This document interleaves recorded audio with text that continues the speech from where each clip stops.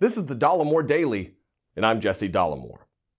Well, it was announced today that the Deferred Action for Childhood Arrivals program, otherwise known as DACA, which offered deportation protections to undocumented children of immigrants, otherwise known as Dreamers, well, it was killed by Donald Trump.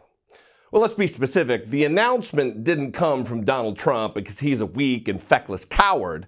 It came from his racist, vote-suppressing Attorney General, Jeff Sessions.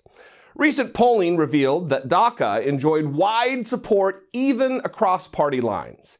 84% of Democrats, 74% of independents, and even 69% of Republicans think DACA should remain in place and Dreamers should be allowed to stay.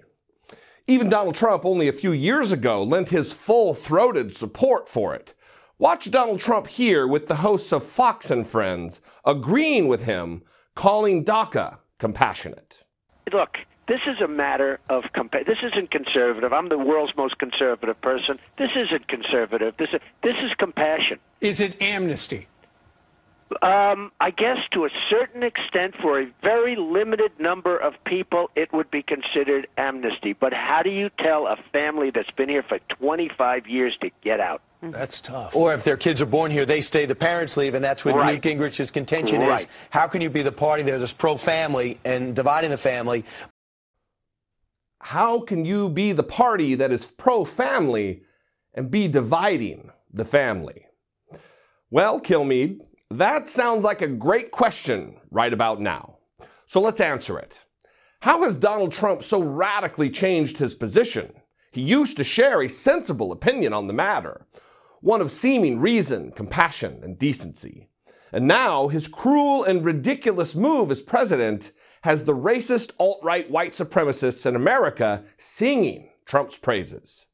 And therein lies the rub.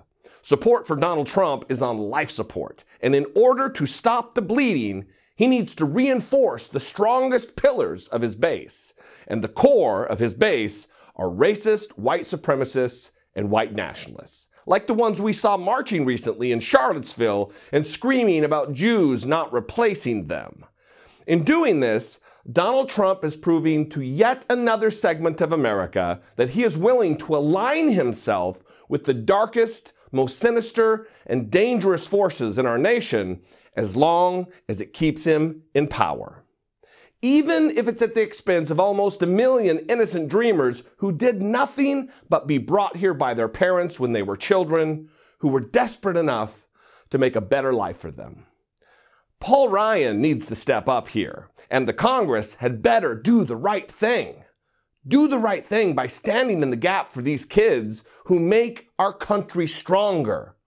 Do the right thing. Hey everybody, thank you so much for checking out my channel and this video. If you like what I do here and you appreciate it, go ahead and click subscribe. And if you really like it and appreciate what I do and you'd like to join my Patreon family, there's another link there for that. It's not just for the podcast. It's also for YouTube. Thanks a lot.